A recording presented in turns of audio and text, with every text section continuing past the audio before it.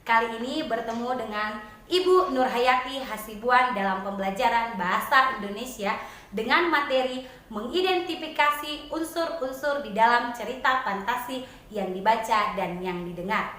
Tujuan pembelajaran kita pada hari ini yang pertama, siswa harus mampu memahami definisi cerita fantasi. Dan yang kedua, siswa harus mampu mengetahui unsur-unsur yang terdapat di dalam cerita fantasi. Dan yang ketiga, siswa harus mampu mengetahui ciri-ciri apa saja yang terdapat di dalam cerita fantasi. Dan yang keempat, siswa harus mampu mengetahui jenis-jenis cerita fantasi. Simaklah video pembelajaran hari ini. Tahukah kamu apa itu fantasi? Fantasi sama dengan khayalan. Nah, pernahkah kalian mendengar atau menonton sebuah cerita fantasi seperti Anak Rembulan, Nata Dragon, Harry Potter, dan Transformer?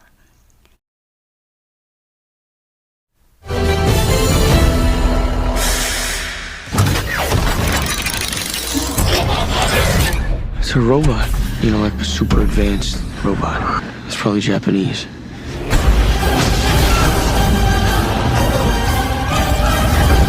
Bring it!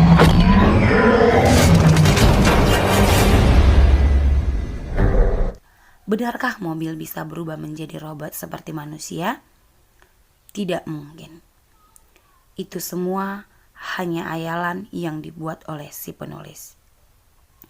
Jadi dari tayangan tadi, apakah itu cerita fantasi? Fantasi sama dengan khayalan, imajinasi, dan rekayaan.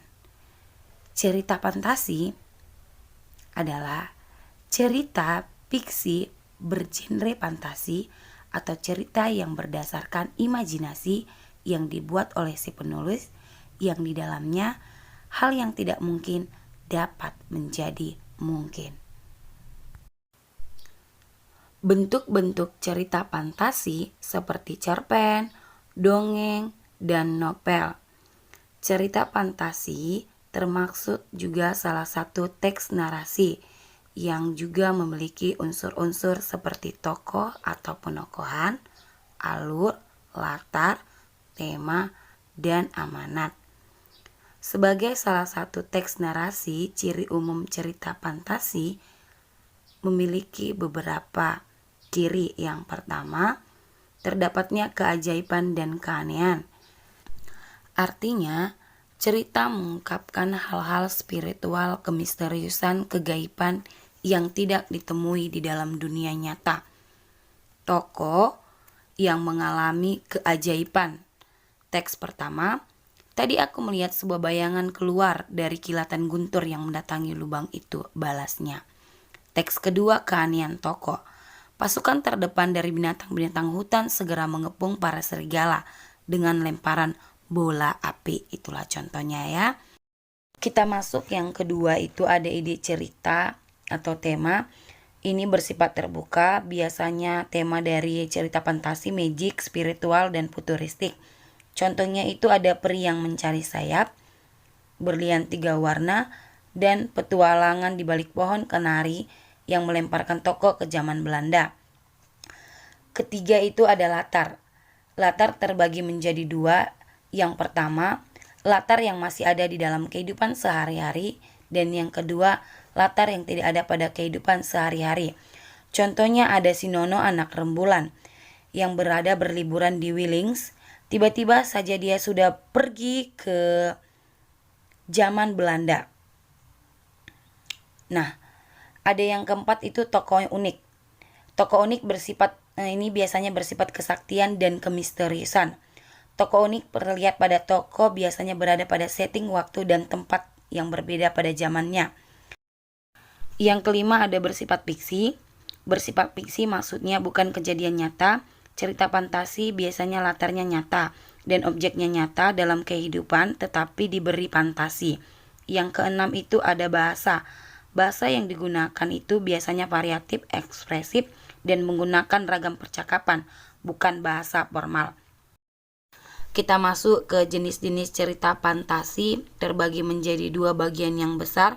Yang pertama berdasarkan latar cerita terbagi menjadi dua, yaitu cerita fantasi sejaman, yang artinya latar yang digunakan pada suatu cerita ada satu masa, boleh masa kini, masa lampau, atau bahkan masa yang akan datang.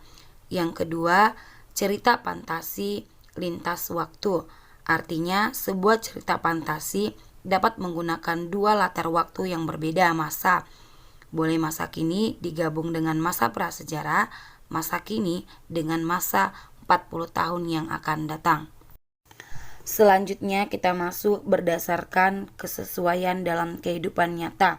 Dikategorikan yang pertama cerita fantasi total, artinya semua yang terdapat dalam cerita tidak terjadi di dalam dunia nyata, baik itu nama tokoh, objek, dan latar, semua itu hanya adalah rekayaan si penulis. Yang kedua, kita masuk kategori cerita fantasi irisan atau sebagian.